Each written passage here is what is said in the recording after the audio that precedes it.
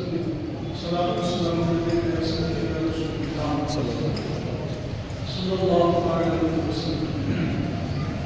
سورہ انعام کی آیت سے سماعت کر رہی ہوں۔ ہم نے سنا کہ اللہ تعالیٰ نے فرمایا کہ جب قیامت کا دن ہوگا اور تم حشر کے میدان میں جب دیکھو گے اپنے ان خداؤں کو جنہیں تم دنیا میں پوجتے تھے، نہ خداؤں کے بلکہ خداؤں کے خدا کو پکڑتے رکھتے، حالانکہ ان پر دعوت پیش کی گئی تھی، انہیں بتایا گیا تھا اللہ کو اپنے معبود کون ہے، پھر بھی تم نے اللہ کے بارے میں شریک ٹھہرایا۔ اب کیونکہ کوئی کارے ساتھ نہیں، کوئی کارے چال نہیں کہ تمہاری بات آج کے دن سنی ہے، یعنی حشر کے حق کو دیکھنے کے بعد تو ہر کوئی مانتا ہے، دنیا میں ماننا چاہیے ایمان کے جو غیب کی اللہ کی اہمیت ہے۔ اسی مفہوم سے متعلق ہم نے جو کچھ سنی تھی، حضرات مطلب قرآن کا عظیم کتاب ہے جو ہمارے ایمان کو، ہمارے عقیدے کو، ہماری حقیقت کو منور کرتا ہے، اس کی تعلیم ہمارے سینوں کو منور کرتی ہے۔ انسان قرآن سے دور ہوگا، ہدایت سے دور ہوگا، قرآن سے دور ہوگا، اللہ کی قدرت سے دور ہوگا۔ قرآن سے دوری اللہ تبارک و تعالیٰ کی فراخی سے دوری، قرآن سے محبت کرنی چاہیے، قرآن سے اپنے دل میں لگاؤ پیدا کرنا چاہیے۔ یہ ہمارے ایمان کا تقاضا ہے کہ ہم اپنے رب کے فرمان کو سنا کریں، سمجھا کریں، دیکھا کریں کہ قرآن اللہ تعالیٰ قرآن میں کیا بیان کر رہا ہے۔ آج ہم سورہ انعام کی آیت 43-42 کی آیت سے سماعت کر رہے ہیں۔ اللہ تبارک و تعالیٰ فرماتا ہے وَلَقَدْ أَرْسَلْنَا إِلَىٰ أُمَمٍ مِّن قَبْلِكَ، بے شک بھیجا ہم نے رسول کو امتوں کی طرف تم سے پہلے، فَأَخَذْنَاهُم بِالْبَأْسَاءِ وَالضَّرَّاءِ، پھر پکڑا ہم نے ان کو خوب ناک گلا اور دردناک بیماری سے کہ وہ کہیں گڑگڑا پڑے۔ فَلَوْلَا إِذْ جَاءَهُم بَأْسُونَا تَضَرَّعُوا وَلَٰكِن قَسَتْ قُلُوبُهُم، تو کیوں نہ جب آگے ان پر ہمارا عذاب کو گڑگڑا اٹھے لیکن سخت ہو گئے ان کے دل، وَسَيَّرَ لَهُمُ الشَّيْطَانُ، اور ان کی برائیوں کو ہنر بنا دیا ہے شیطان نے، وہ عیب کرتے تھے جان کر۔ اللہ تبارک و تعالیٰ سورہ انعام کی اس آیت کریمہ کے ذریعے ارشاد فرما رہا ہے کہ ہم نے آپ سے پہلے بھی امت کو رسول بھیجے اور ان رسولوں نے اس امت تک حق کو پہنچایا، اللہ کا پیغام پہنچایا، اللہ کا حکم پہنچایا۔ اس قوم نے کیا کیا؟ انکار کیا، جیسے آپ نے انکار کر دیا۔ اس قوم کے لوگوں نے بھی آپ کے پہلے نبیوں کو، پہلے رسولوں کو بھی منع کیا، انکار کرتے کہ تم جو بات کہتے ہو ہم نہیں مانتے۔ اچھا، قوم کی ایک عجیب بات تھی، وہ بے نفس سے ہی رسول کو اچھا انسان کو مانتے تھے، رسول کو سچا مانتے تھے، دیانتدار مانتے تھے، اچھا انسان مانتے تھے، رسول نہیں مانتے تھے، رسول کی جانب سے کہی جانے والی ساری باتوں کو مانتے تھے، مگر وہ ایمان کے حوالے سے کوئی بات کہتے تو نہیں مانتے۔ لیکن جن کے دلوں میں ایمان کی کمی ہوتی ہے یا ایمان لانے کی سطح جن میں نہیں ہوتی، یہ ان کی عادت ہوتی ہے، وہ مانتے ساری باتیں، ہر بات کہتے بہت اچھی ہے، مگر جہاں عقیدے کی ایمان کی بات آتی ہے وہ پھر جاتے، انکار کر بیٹھتے۔ یہ کافروں کی منافقوں کی علامت ہے۔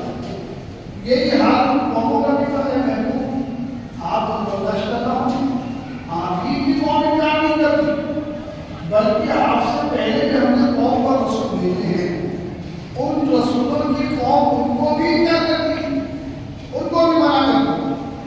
آپ جو کہہ رہے ہیں آپ اس بات کو نہیں مانتے،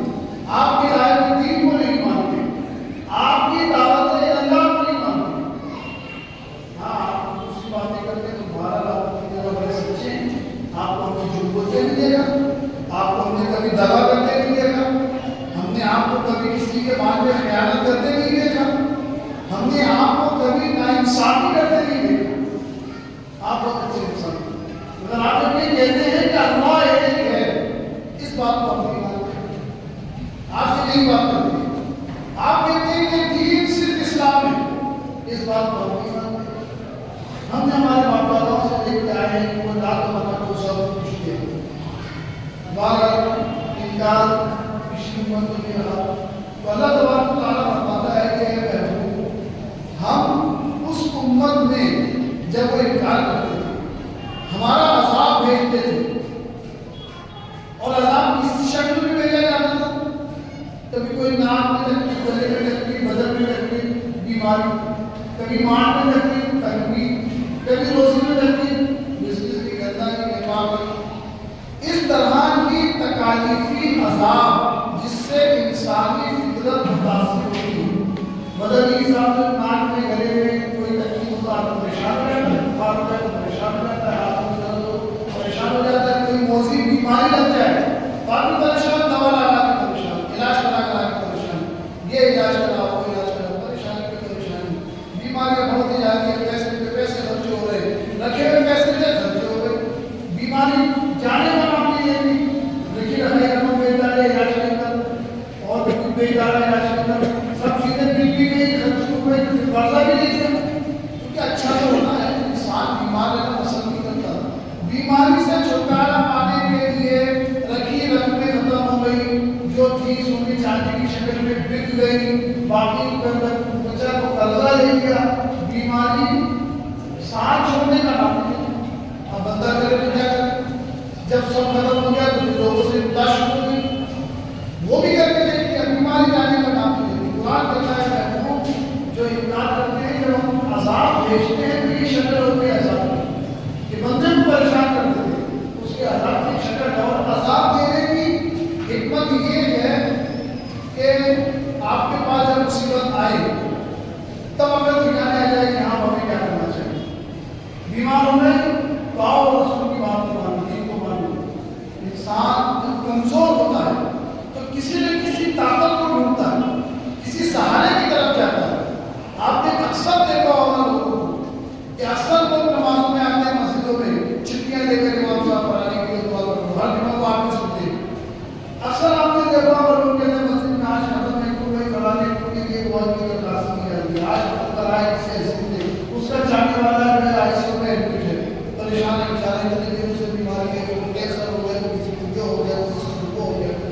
اللہ تبارک و تعالیٰ کی یاد بندے کو مصیبت میں آتی ہے، یہ فطری تقاضے ہیں۔ جب تک آپ کا سر نہیں اٹھتا نا اللہ یاد نہیں آتا، جب تک کوئی پریشانی نہیں آتی، تنگی نہیں آتی، خدا یاد کرے، اور خوشحالیاں ہی خوشحالیاں ہیں تو پھر مطلب تو پھر وہ ہو جاتا ہے خوشحال زندگی میں۔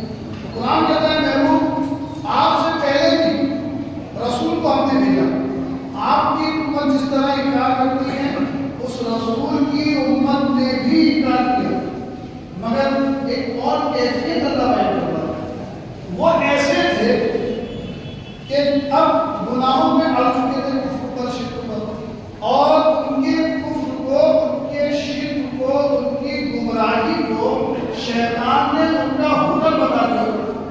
یعنی وہ اپنے آپ کو یوں سمجھتے تھے کہ بہت صحیح کر رہے ہیں۔ جب انسان غلطی کرتا ہے تو اس غلطی کو شروع کرتا ہے تو شروع میں اس کو غلطی ہی سمجھتا ہے، یہ غلط کام ہے، تو جب شروع کرتا ہے تو کہتا ہے کہ یہ غلط ہے، یہ کرتا ہے، کاروبار چل نہیں رہا، پریشانیاں ہیں، 2-4 لاکھ روپے سود پر پیسہ لے لو، وہ سمجھتا ہے کہ سود لینا غلط ہے، مگر مجبوریوں کو سامنے لایا جاتا ہے، اس مجبوری کے تحت میں سود پر پیسہ لے لوں، جس وقت میرا کاروبار چل جائے گا، معاملہ حل ہو جائے گا، تو یہ سود کا لیے بند ہو جائے گا، تو وہ جس وقت لے رہا ہوتا ہے اس وقت تو وہ اسے حرام سمجھتا ہے، پھر جب اس کی آئی ڈی رقم استعمال کر دیتا ہے، پھر دھیرے دھیرے دھیرے معاملہ یہ ہوتا ہے کہ وہ ایک دلدل ہے، ایک بھول بھلیا ہے، جب چلے گا تو چلے گا، پھر وہ دھیرے دھیرے شروع ہوتا ہے کہ جب وہی پیسہ کھا کھا کے جو اندر سے ایمانی رواں ہوتی ہے، جو اسے حرام قرار دیتی ہے، جب وہ کھا کھا کے وہ ایمانی رواں ختم ہو جاتی ہے تو ایک وقت ایسا آتا ہے کہ پھر وہ کہتا ہے کہ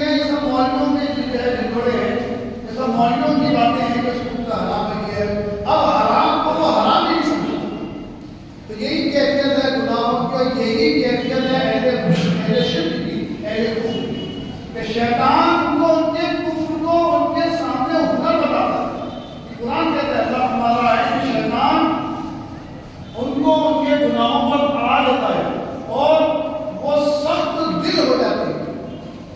ایک ہوتا ہے نرم دل، ایک ہوتا ہے سخت کڑک دل.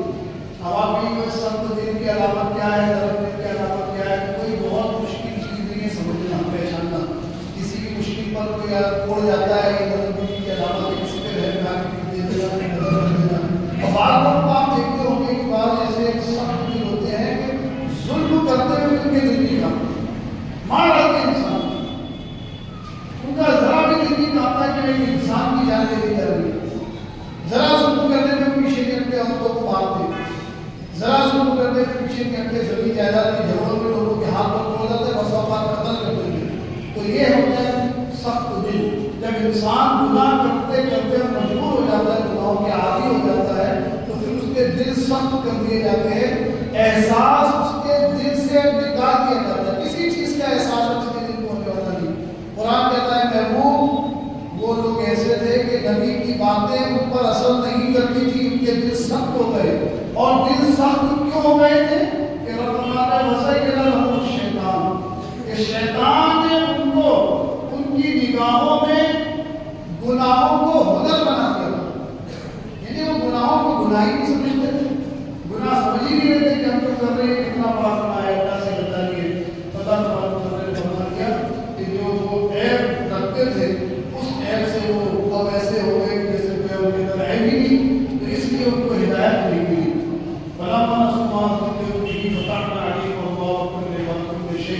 پھر جب بھول ہی گئے جو ان کو نصیحت کی گئی تھی تو کھول دیا کہ ان پر ہر چیز کے دروازے. اب یہاں پہ دیکھیے ہر چیز کے دروازے، ہر مسائل اور آلات کے دروازے اللہ تعالیٰ کھول دیتا ہے. جب ایک وقت ہوتا ہے، ایک موقع ہوتا ہے دیا جاتا ہے اللہ کی طرف. اللہ تبارک و تعالیٰ جب کسی کو مال دیتا ہے، شہرت دیتا ہے، عزت دیتا ہے، صحت دیتا ہے، تندرستی دیتا ہے، آسائشیں دیتا ہے، تو بندہ یہ سمجھتا ہے کہ اللہ تبارک و تعالیٰ میں ایک بڑا مہمان ہے. ہاں یقین اس کی مہربانی اور وہ اس کی اس مہربانی پر بالکل گویا کہ گم ہو جاتا ہے. بس وہ سمجھتا ہے کہ اب تو اللہ تبارک و تعالیٰ تو میری طرف اس کی بڑی مہربانی کرتی. میں نماز نہیں پڑھتا وہاں کاروبار رک سکتا ہے، میں تو دین کے کوئی کام نہیں کرتا مگر میرے پاس کوئی مصیبت نہیں آتی. میں تو اللہ کی بجائے کوئی فرما برداری نہیں کی جاتی مگر کے بنگلے پہ بنگلے خریدے جا رہے. آسائشیں دنیا کم دے گی اور حال ہے کہ عبادت بھی نہیں. تو کہا جاتا ہے کہ عبادتوں سے مال میں برکت ہوتی ہے. تو یہاں تو میں عبادت نہیں کرتا مگر مال کی برکت ہے، کثرت ہے، سب کچھ ہے. دنیا کے سارے عیش میرے پاس موجود ہے، نماز میرے پاس نہیں، عبادت نہیں ہے. تو گویا اگر اللہ تعالیٰ ناراض ہوتا تو کیا مجھے محنت دینا؟ اگر اللہ تعالیٰ میری عبادت نہ کرنے کی وجہ سے ناراض ہوتا تو کیا میرے پاس اتنی دولت ہوتی، اتنی زمین ہوتی، اتنی جائیداد ہوتی، کیا میرے اتنی شہرت ہوتی، کیا لوگ میرے اتنے ماننے جانے والے ہوتے؟ تو وہ اپنے آپ میں شیطان جو ہے اس کو گمان بھی پیدا کرتے، اس کے دماغ میں گمان پیدا کرتے کہ اللہ ناراض نہیں ہے. اللہ جس سے ناراض ہوتا ہے اس سے سب چھین دیتا ہے. یہ شیطان ہوتی ہے. اور قرآن کیا کہتا ہے کہ اللہ تبارک و تعالیٰ آسانیاں کر دیتا ہے تم پر. تو اللہ کی ناراضگی کا ایک انداز یہ بھی کہ کیا دنیا کی ساری آشائشیں کرے جو کرنا ہے. ایک مدت ہے، ایک وقت ہے، ایک ٹائم آئے گا، رسی ٹائم کی جائے گی. جتنی دنیا میں جو مستیاں کرنا ہے کرو، یہ آسائشیں دے لو، دولتیں دے لو، جائیدادیں دے لو، شہرت میں شہرت قائم کر لو، خوب اپنے لوگ عزیز پیدا کرو، سب کچھ کر لو. دنیا کی ہر نعمت تمہارے پاس موجود، جو چیز چاہے کھا لو، جو چیز چاہے کھلا لو، اتنی آسائش ہے. مگر ایک وقت آتا ہے کہ اللہ کی ناراضگی کا انداز ہے کہ اتنی آسائشیں دے دیا. اب آپ اندازہ لگائے کہ جب انسان کا وقت قریب آتا ہے، موت کا وقت قریب آتا ہے، نہ جانے کی تکلیف اللہ مبتلا کرتا ہے. اور ساری تکلیف کو آپ ایک طرف کرتے ہیں، اگر ایمان کی حلاوت چھین لیں تو کیا مطلب؟ کچھ نہیں بچا. ایسے بڑے واقعات موجود ہیں کتابوں کے اندر، حدیث کے اندر بھی موجود ہے، قرآن میں بھی موجود ہے کہ اللہ تبارک و تعالیٰ کی نعمتوں میں گم ہو کر اللہ کو بھول کر زندگی گزارنے والوں کا انجام بہت برا ہوا. اس کی ساری آسائشیں حاصل کر دی آپ نے اور اس کی عبادت میں کچھ نہیں رہا. اور یوں اپنے آپ کو سمجھ بیٹھے کہ اگر اللہ سے ناراض ہوتا تو کیسے کیوں دیتا.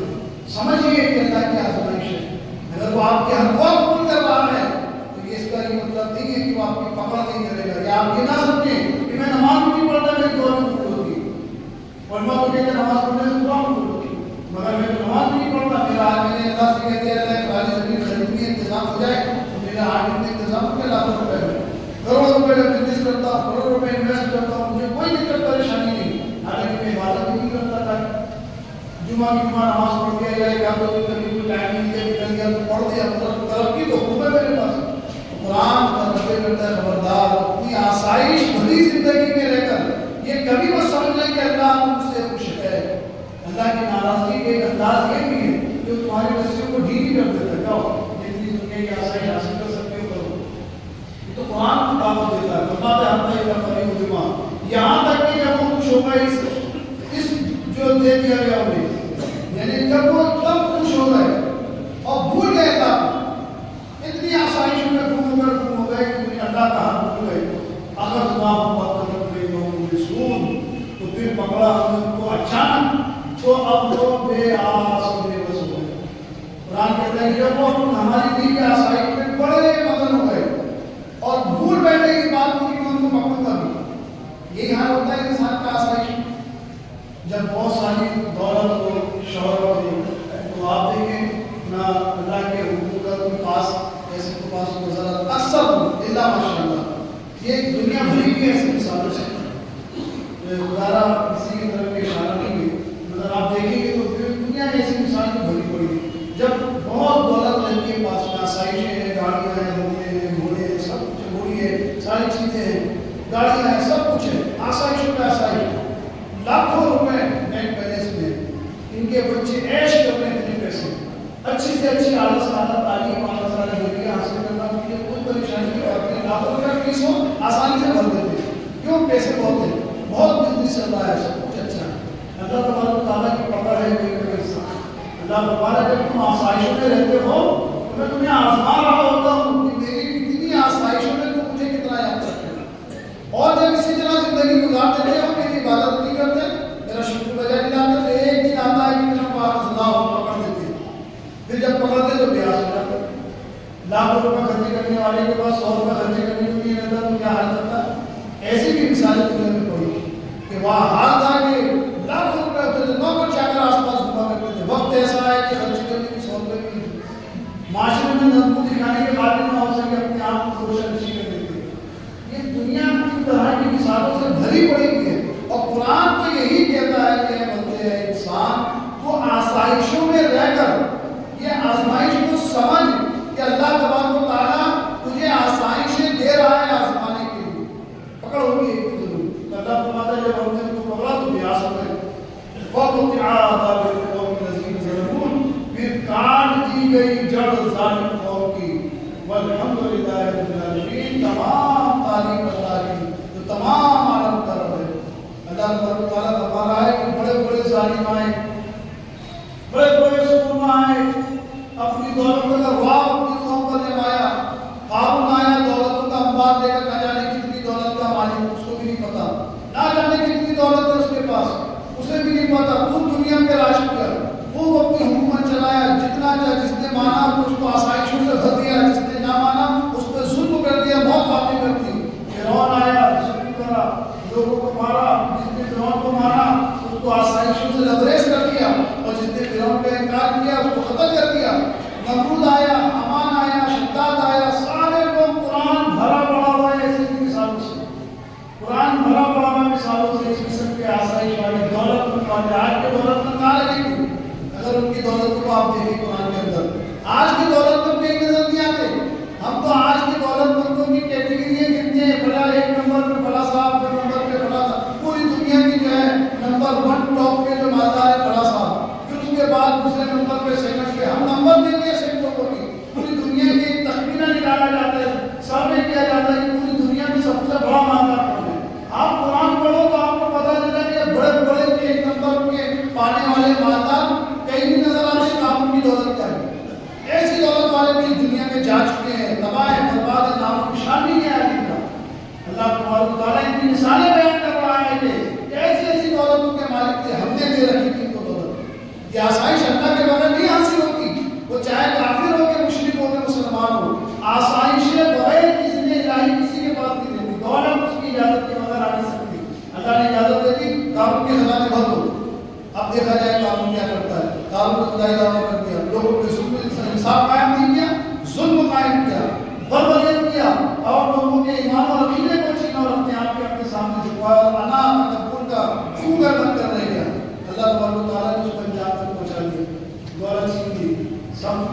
تباہ ہو گیا، موت واقع کر دی، اپنی دولت سے زمین کی اور زمین کی ہر آسائش خریدنے والا اپنے آپ کو موت سے بچا نہ سکا۔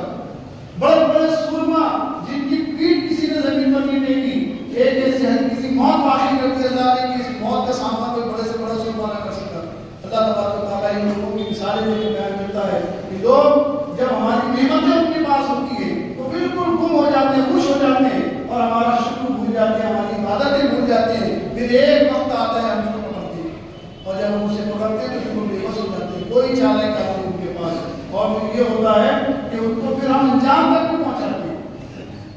اہل ایمان پر ظلم کرنے والوں نے ظلم کیا، اہل ایمان صبر کرتے رہے، اللہ تعالیٰ نے ایسے ظالموں سے ایمان والوں کو محفوظ کیا۔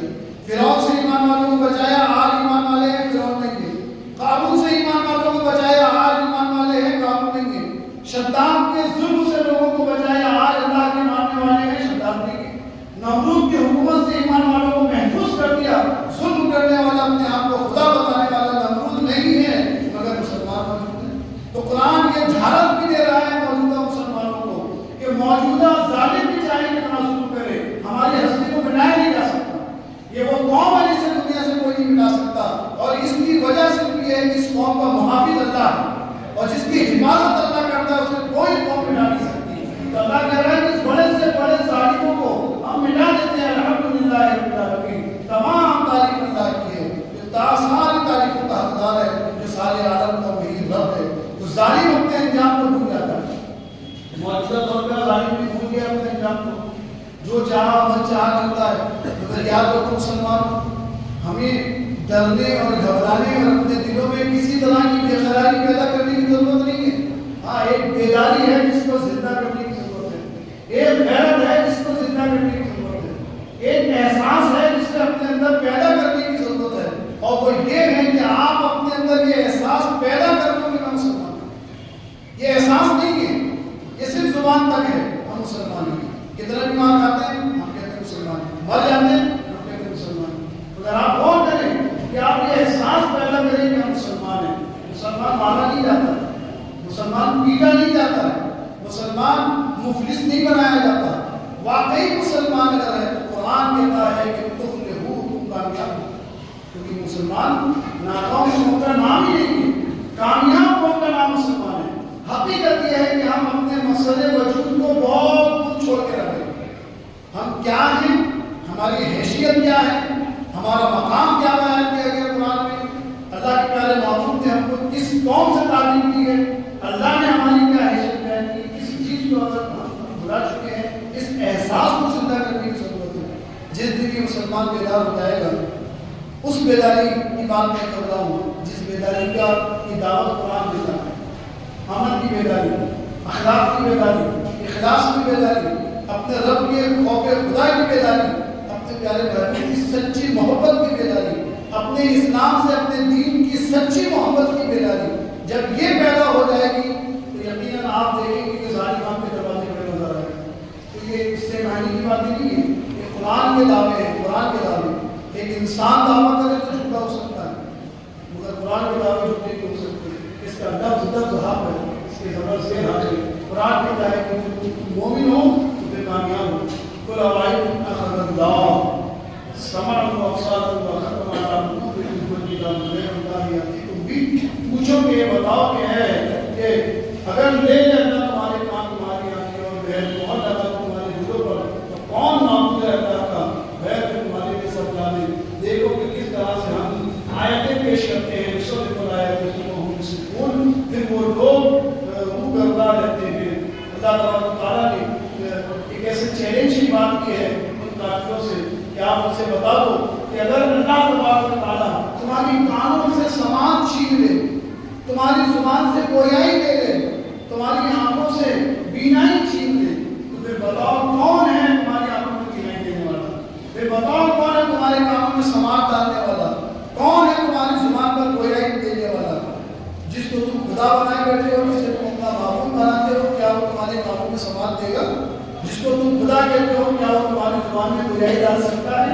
اللہ تبارک و تعالیٰ نے اپنی تمام نعمتوں کو چھوڑیا، ایسی بات کی کہ آنکھ کی بینائی اگر وہ چھین دے، اسے آپ خرید کے آنکھ میں نہیں ڈالتے، کھانا تو آپ خرید کے کھا سکتے ہیں، لباس خرید کے پہن سکتے ہیں، کیا آپ اپنی آنکھ کی روشنی خرید کے ڈالتے ہیں؟ کیا روزانہ جیسے گاڑی میں پیٹرول ڈالے جاتے ہیں، جس طرح آپ اپنے کھانا کھا کے جس طرح اپنے جسم میں طاقت ڈالتے ہیں، کیا آپ ان آنکھوں میں روزانہ کچھ ڈالتے ہیں دیکھنے کے لیے؟ کیا ان کانوں میں روزانہ کچھ سننے کے لیے ڈالا جاتا ہے؟ کیا اس زبان میں کوئی لکوڈ ہے، کوئی دوا ہے، کوئی چیز ہے جس کے ذریعے آپ زبان میں گویائی پیدا کر سکتے ہیں؟ معلوم ہو کہ اللہ تبارک و تعالیٰ نے انسان کے بس کی چیز کی مثال دی اللہ نے کہ بتاؤ اگر اللہ تمہاری آنکھوں سے بینائی چھین لے تو کون ہے اسی کے سوا جو تمہاری آنکھوں میں بینائی ڈالے؟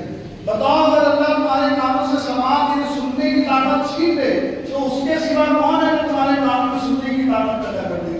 اگر اللہ تمہاری زبان سے بولنے کی طاقت چھین لے تو کون ہے اللہ کی سوا جو تمہاری زبان پہ بولنے کی طاقت پیدا کر سکتا ہے؟ جب اتنی سچائی سمجھ سکتے ہو تو پھر اس وعدہ و ناشکری کی طرف کیوں نہیں طرف کراتے؟ اس خدا کی قدرت کو کیوں نہیں مانتے؟ اس کو اپنا معبود اور طرف کیوں نہیں مانتے؟ یہ دعوت ہے ان لوگوں کے لیے جو خدا کو چھوڑ کر دوسری جگہ خدا بنا بیٹھے، مگر یہ دعوت ہے اہل ایمان کی بھی کہ اے مسلمانوں تم اللہ کو اپنا رب مانتے ہو، اپنا معبود مانتے ہو، تو کیا آپ بتاؤ کہ اگر آپ بھی جان کی روشنی چلی جائے تو تمہارے خدا کی سوا کون دے گا؟ یہ ہمارے لیے بھی تو دعوت ہے۔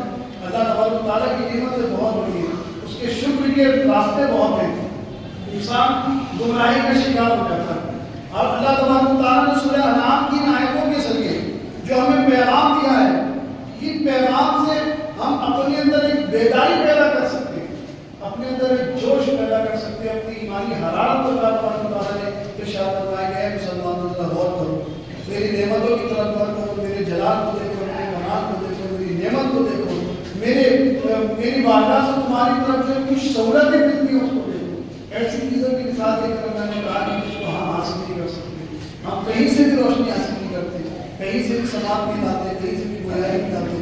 اللہ تعالیٰ نے اپنی قدرت سے ہم پیدا ہوئے، صرف ہم تو ہو گئے کہ ہمارے پاس الفاظ نہیں جمع ہوئے، جب ہم بڑے ہوئے تو بولنا شروع کیے، یہ بولنے کی قوت اللہ کی اجازت سے ہوئی، ہم کچھ سنتے ہیں، سن پاتے ہیں، سننے کی طاقت اللہ کی عطا سے ہے۔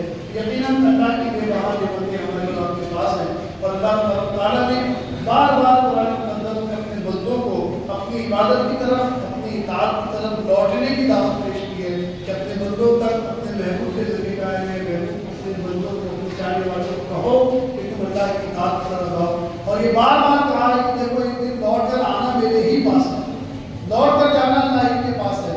اب یہ فیصلہ ہم کو اور آپ کو کرنا ہے کہ ہم کس کنڈیشن کے ساتھ اللہ کے پاس جائیں، کون سی پوزیشن کے ساتھ ہم اللہ کے پاس جانا چاہتے ہیں، فرما برداری کے ساتھ، نافرمانی کے ساتھ، نمازی بن کر کے بے نمازی بن کر، سچے بن کر جھوٹے بن کر، چور بن کر نیک بن کر، جو پوزیشن میں آپ اللہ کے پاس جانے کی اپنا ارادہ رکھتے ہیں، اپنی زندگی کو اسی راستے پہ لے جائیں گے، اور آپ فیصلہ کر لیجیے کہ جس طریقے سے آپ اللہ کے پاس جاؤ گے وہاں پہ انعام تیار ہے، جزا تیار ہے۔ نمازی بن کے جاؤ گے کبھی ختم نہ ہونے والی جنت آپ کے لیے تیار ہے، بے نمازی بن کے جاؤ گے تو جہنم کے سخت ترین برداشت نہ کرنے والا عذاب تیار ہے۔ اللہ کے سچے اور فرما بردار بن کر جاؤ گے تو اللہ تعالیٰ کی رضا آپ کو استقبال کر رہی ہے، اور اس کے نافرمان بننے بن کے جاؤ گے تو جہنم کی دہنائی اور بہار انتظار میں ہے۔ دوستوں، بزرگوں، نوجوانوں، ہمیں اپنے اندر یہ ایمانی جوش پیدا کرنا ہے، یقیناً بالآخر ہماری زندگی جتنی گزر گئی اب یہاں سے اس کے اطاعت کو گزرنا چاہیے۔ ہماری قوم کے حالات بہت ناگفتہ ہوئے ہیں، اور ہماری زندگی جینے کا جو طرز عمل ہے وہ بڑا غفلت کے ساتھ ہے۔ ہم اپنی آپ کی فکر کرتے ہیں، نہ اپنے گھر کی فکر کرتے ہیں، نہ قوم کی فکر کرتے ہیں۔ قرآن کہتا ہے اے ایمان والو اس آگ سے اپنے آپ کو اور اپنے گھر والوں کو بچاؤ۔ قرآن نے صرف اپنے آپ کو بچانے کی بات نہیں کی، قرآن نے کہا ہے کہ اپنے آپ کو اور اپنے گھر والوں کو اس آگ سے بچاؤ جس کا ایندھن آدمی اور پتھر، جس میں صرف انسان اور پتھر ہی جلائے جائیں گے، کوئی اور دوسری ذات اس آگ پر جلائی نہیں جائے گی۔ اللہ نے فرمایا کہ اپنے آپ کو بچاؤ اس آگ سے۔ ہم اپنے معاشرے میں بہت غفلت کے ساتھ زندگی گزار رہے ہیں، ہمارا معاشرہ برائیوں کی ایک حد تک پار کرتا چلا جا رہا ہے، کوئی ایسی برائی ہمارے معاشرے میں ڈھونڈنے سے کیا نہیں نظر آ جاتی ہے، اور جو زیادہ ہمیشہ کچھ نہ ہو جاتی ہے علماؤں کی ذمہ داریاں ہوتی ہیں، جب ان تک کوئی بات پہنچتی ہے تو وہ اس کا دفاع کرتی ہے، یہ حق ہوتا ہے ان کا، اور یہ ہمارا حق ہے، ہمارا رائٹ بنتا ہے کہ ہم قرآن کی اس بات کو قوم تک پہنچائیں، تاکہ قوم ہم کو بھی اللہ کے یہاں جواب دینا ہے کہ اللہ تعالیٰ نے اس مقام پر رکھا، آپ نے اس مقام پہ رہ کے اللہ کی بات لوگوں تک پہنچائی تھی۔ میں اس کے پہلے بھی کئی جمعہ